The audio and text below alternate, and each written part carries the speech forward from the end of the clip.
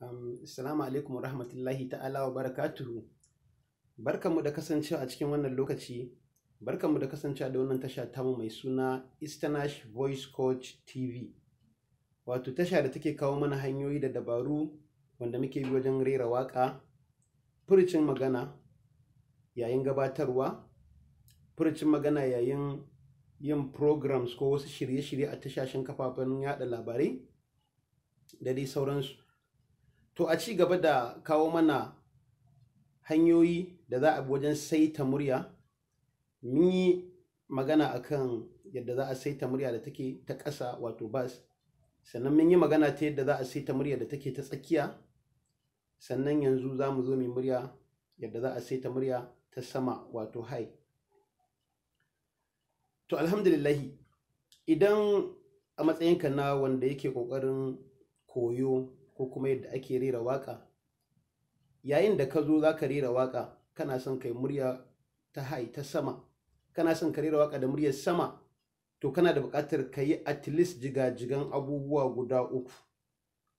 Kana da buƙatar ka yi abubuwa guda uku waɗanda su ne kusan jigo ko jigajigai da za ka yi amfani da su. Na farko gaskiya ana da buƙatar ka riƙe cikinka. In dai ka zo za ka rera waƙa, wato ko da muryar bass ce, ko da babban murya ce, ko da muryar tsakiya ce, ko da murya ta sama, ana da buƙatar ka riƙe cikinka.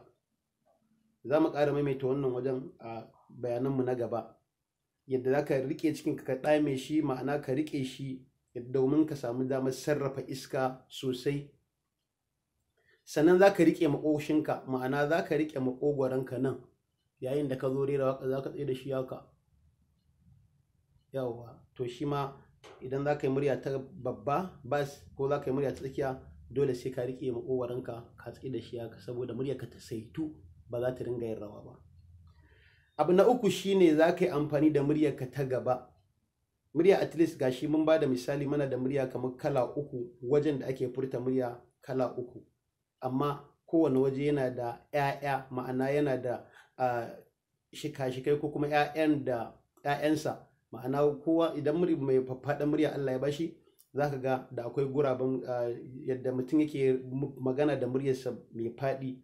Wannan yana magana da murya mai faɗi, wannan ma muryarsa mai faɗi ce, amma za ka ga bai zama lallai sound ɗinsa ya dinga fita daidai ba. To shine wannan bambancin su, da akwai 'yan bambance-bambance. Haka mai murya da tsakiyar maƙogwaronsa, shi ma za ka ga mutum yana da murya da tsakiyar maƙogwaronsa, amma kuma muryar sautinta ya bambanta da ta kowa. Wannan shi ake kira da suna bambanci tsakanin mutum da mutum, wato individual differences. To haka ma idan aka zo yayin furta yin murya da high, da murya da gaban maƙogwaro kenan. Idan na ce murya da gaban maƙogwaro, shine ita ce take za ta baka damar yin murya wacce take a sama. Ina son zan yi murya a ƙasa, wannan bass kenan. Yayin da na zo yin murya a sama, a tsakiya kai, wannan na ba da misalin murya ta tsakiya kenan, ana yi da tsakiyar maƙogwaro. Ita babba da ƙasa ake yi. To ita wannan da ma'ana da gaban maƙoshinka. Ina so zan yi murya da sama, ma'ana kuma ba da hanci ba. To misalin da za mu ba da anan wannan shine, za mu ba da misali da muryoyin guda biyu, sannan sai mu ba da ta misalin murya ta sama. Kamar zan yi amfani da murya ta ƙasa bass, zan ce, an gani na riƙe maƙogwaro na ja shi kamar ƙasa. Mi haƙuri da duniya. Wannan shine misalin murya ta ƙasa bass. Mi haƙuri da duniya.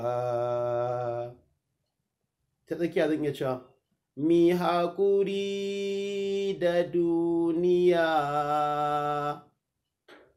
Mi haƙuri da duniya. Hai, ita ce wacce zan yi yanzu, wacce zan yi ta daga gaban makwallato na, ma'ana gaban makogwaro na. Mi haƙuri da duniya. An gani? Mi haƙuri da duniya. Wannan shine misalin murya da za a yi da gaban makogwaro domin ta baka damar ka yi murya ka ta sama, domin ka samu damar rera waƙarka da murya ta sama. a ci gaba da subscribing da yaɗa mana wannan tasha tamu mai suna Easternash Voice Coach, saboda yan uwa da abokan arziki su ci gaba da saurara kuma suna ƙaruwa. Ni ne Isaac Tasiu Nasidi, wanda aka fi sani da suna Easternash. Nake mana fatan alkhairi, sai wani jikon idan Allah ya ƙara haɗa mu.